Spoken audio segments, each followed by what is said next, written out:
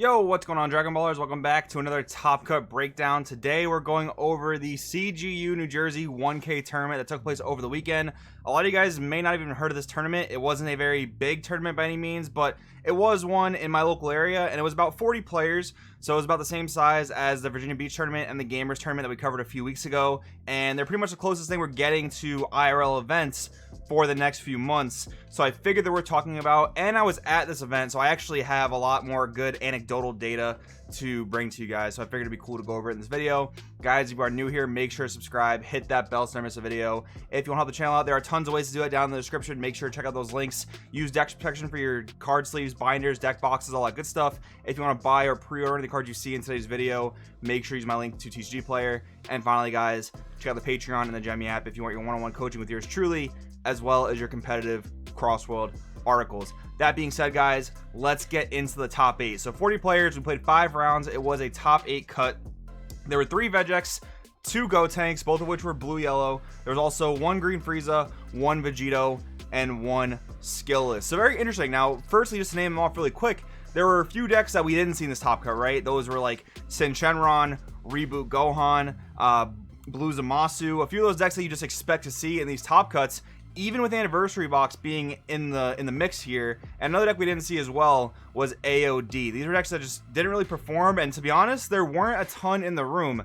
By far the most highly represented decks in the room, not including top cut, just the entire 40 players, was easily Vegex and Gotenks. It's actually kind of crazy. Like, the top 3 in Swiss after the final standings were 3 Vegex players, which is kind of crazy to think about. So Vegex was definitely the scariest deck of the weekend. We'll talk about that first because it had the most representation in the top 8. You know, it's fair to think that Vegex would not be super scary because it lost a lot of power when the Universe 3 cards were banned, Nagrishi and Viara and the other ones that weren't super played in the deck, but still, that whole theme was banned, right? So you would think that, you know, Vegex became a lot more fair, and it definitely did become a lot more fair. It definitely isn't the degenerate aggro that it once was with Universe 3, but once that stuff all went away, people really started to experiment with Vegex as a mid-range deck, and that just didn't seem to work out. There were a lot of tournaments where it was missing top cut or it would top here and there, but it wouldn't go super far. But the thing was, I think people found that Vegex is best played as aggro still, and I think one of the big things holding Vegex back as a mid-range deck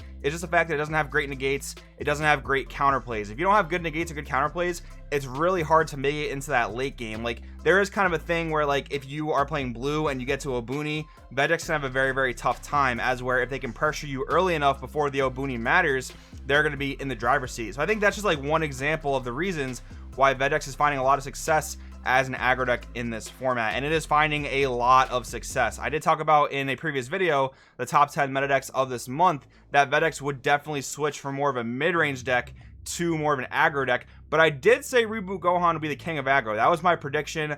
I was a little bit wrong there. I think Vegex is definitely the king of aggro going forward. Once again, Reboot Gohan didn't even find its way into this top cut, and from my memory, I don't even think a single player was playing it in the room. So back to Vegex transitioning into an aggro deck, it really is just abusing your free board state, you know, milling your Time Agents, milling your Supreme Kais, milling your Unison, getting them onto the board, using a combination of Further Instruction Champa or, you know, Supreme Kai and Bibbidi. I think this weekend, Bibbidi really established itself as the best super combo of the game. I think Zamasu was the other one that was kind of in contention for that spot, if not one of the most broken cards in the game, maybe next to like Cell Xeno, right? And Vegex this weekend was the deck that everyone was scared of, no matter what deck they were playing. I talked to several Gotenks players, myself as a Vegito player, the AOD players were scared of it. Like, every single player in the room were scared of Vegex because of this newfound aggro potential. I mean, I guess it was always there, but just the abuse of Bibbidi and Supreme Kai or Champa, and then just buying back Bibbidi's with your Fu mission accomplished, that was just a lot of pressure, and it's really, really hard to deal with, because if you don't have the negates for that, like, 3-1 shot or that 2-0 shot, that Bibbidi just, you know, kind of automatically wins in the game. And it was a similar thing with like Mira, Champa, and, you know, Battering Laser, or, you know, a little bit fast forwarded, the Swift Retaliation Cooler, right? It's kind of just like that uninteractable damage, and it's really, really hard to beat. So for that reason, Vegex dominated this format, dominated this tournament. It was definitely a smaller tournament, so maybe not representative of what the entire format looks like, but I think this weekend, Vegex came out to play. Vegex saw a lot of innovation, and Vegex saw a lot of a transition into the top aggro pick of the format. So very, very strong representation. It was really solid. Next up, guys, talking about the blue yellow Gotenks. Gotenks is always an interesting one to talk about because it's a leader that a lot of people like to count out. I mean, you know, when the card was revealed, people were really hyped on it. People were saying this is the replacement to Broly. This is the new best generic leader. And I still pretty much think that. I think a lot of people do think that, but in the middle of this format, as like green was doing really well and blue was doing really well, people kind of thought that Gotenks was a little bit too fair, a little bit too subpar, and it definitely had its bad matchups. Gotenks does have a rough time against green, especially when they're playing Bardock Paternal Unison, but you'll notice in this top cut, there's only one green deck, and from my memory of the room, there wasn't a ton of green in the room at all. You know, like I said, it was a lot of Gotenks, a lot of Vegex. So playing a ton of Gotenks mirrors all day, playing against blue, which actually is another uphill battle. I noticed that Gotenks also struggled against blue. More specifically, Vegito just getting awakened really early. It's kind of tough to deal damage, especially when they can Trunks your Bardock back to your hand. But besides that, I mean, Gotenks is definitely one of those decks that is equipped to beat everything. I mean, yellow just has the best answer cards in the game. You know, you have cards like SS4 Vegeta Primal Transformation. You have cards in the side deck like Mutaito and Chomp the Trickster. You have Zamasu Super Combo. You have Raider's War Cry. You have Bergamo Ferocious Roar. All these amazing cards that are really just useful at all stages of the game. Like, yeah, it's going to have its slightly negative matchups, but a deck like that a good player will play, like, you know, specifically Jordan Markle, Amani Edwards, that played this deck, and there are two of them that made it into the top 8. You have players like that playing a deck that can generally have a shot of winning against everything, and it's no wonder that it's going to do well, right? Now, keep in mind, too, these were two blue-yellow Gotenks decks, you know, two members of True Duelist, right? So, you know, a lot of people play mono-yellow Gotenks. A lot of people think it's very, very good, and I definitely agree with that. But both Jordan and Amani chose to tech blue because you get access to, you know, other great cards. You get access to Sensu Bean, which is one of the best ways to stop Obuni. Like, of course, the deck plays Nimbus, but, you know, one Sensu Bean can cost you one card and stop a whole turn of Obuni, as opposed to Nimbus, you know, costing you 2 cards and not quite stopping, you know, as many attacks as Bean can stop, right? So having that Bean splash is really good. Having the splash of Obuni, which Jordan chose to play in his top 4 deck. You guys check his profile out on El Topo Loco's channel. I'll link it down in the description.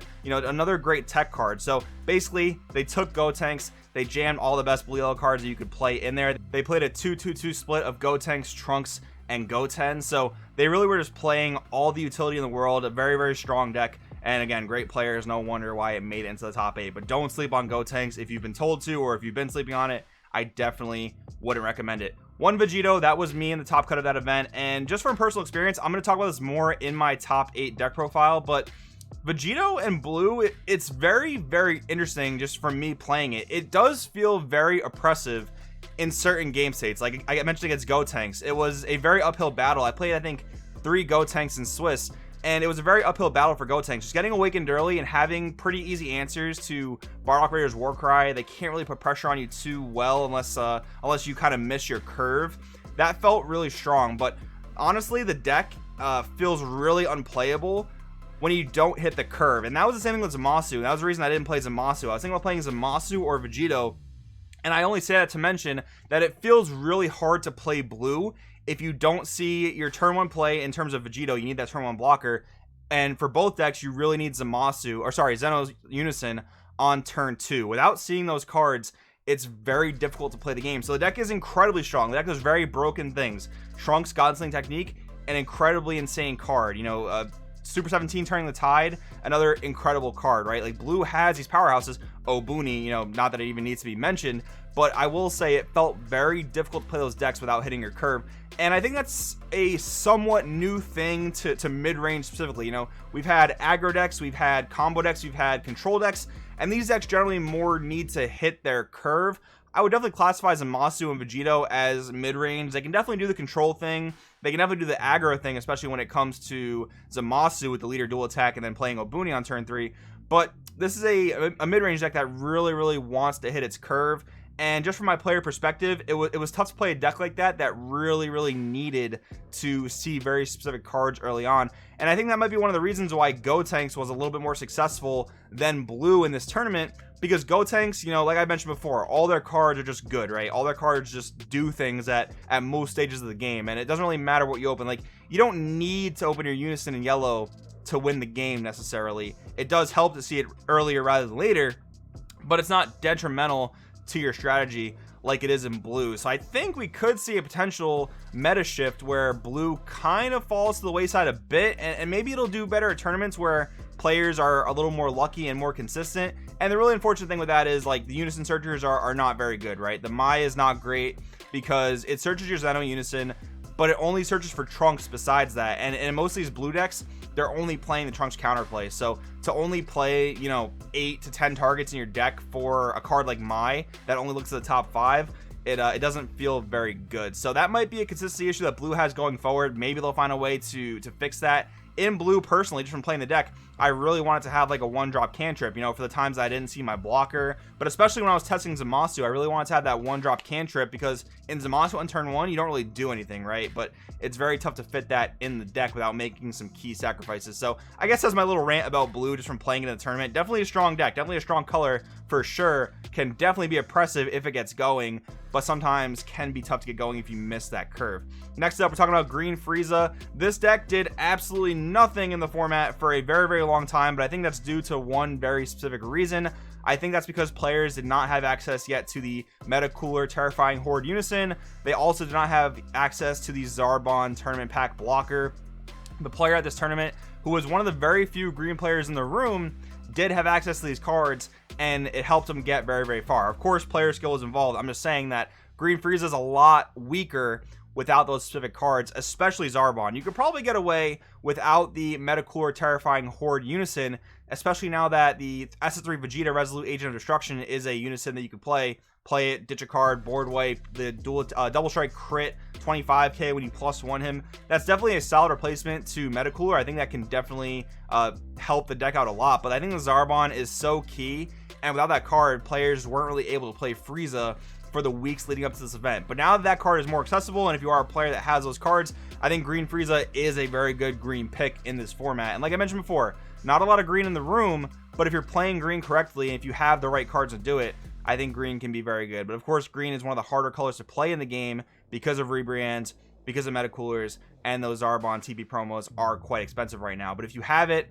I think it's going to be kind of like an exclusive pick until those cards are either reprinted or come down in price somehow. But green, especially green Frieza, definitely a solid pick going forward if you have the cards to play it. And next up, guys, the last deck in the top 8, we're talking about Skillets. This is a deck that just, you know, always seems to squeak in one way or another. It's probably the best rogue deck of the format, because I think it's the rogue deck we see in Top Cut the most. And this is really cool because my friend Jason Capolo, who I will have his deck profile on the channel tomorrow, stay tuned if you're interested in seeing that, he was playing red-black Skillets, but not the type you may have seen here and there before. You know, you may have seen red Skillets playing, like, you know, the 1-drop Kigoku into the Ox King, into the Bunny Girl Bulma if the Ox King were to be removed, and that is a very good value play. But Jason's actually making use of the anniversary box support for Skillets, which I actually talked to him before our top 8 match. I really didn't believe in the anniversary box support for Skillets. I even talked about that in a video on the channel when I went over those cards, but he really changed my mind into the fact that those cards are quite good. And when we go over his deck profile tomorrow, you'll see more of what I mean. It's just so much free value. It's so much board spam. Even though it's only really spitting out 10k vanillas, there are other cards in the deck that make those things threats. And just, you know, plussing 2 or plussing 1 here and there, it just really starts to add up over the course of the game. And that's what Skillets is all about, right? Just free cards, free card advantage, and eventually, you know, building a board to overwhelm your opponent. Skillets does it quite well. So guys, that's pretty much going to go over the entire Top Cut that I wanted to speak about for the weekend. Let me know in the comments below what you think about the format. Obviously, again, not representative of the entire format, may not be representative of your locals depending on what cards players have, but I think it's a good snapshot. And again, the closest thing we're getting to IRL tournaments for a little while. So let me know in the comments below what you think. Thanks for watching. I will see you guys next time.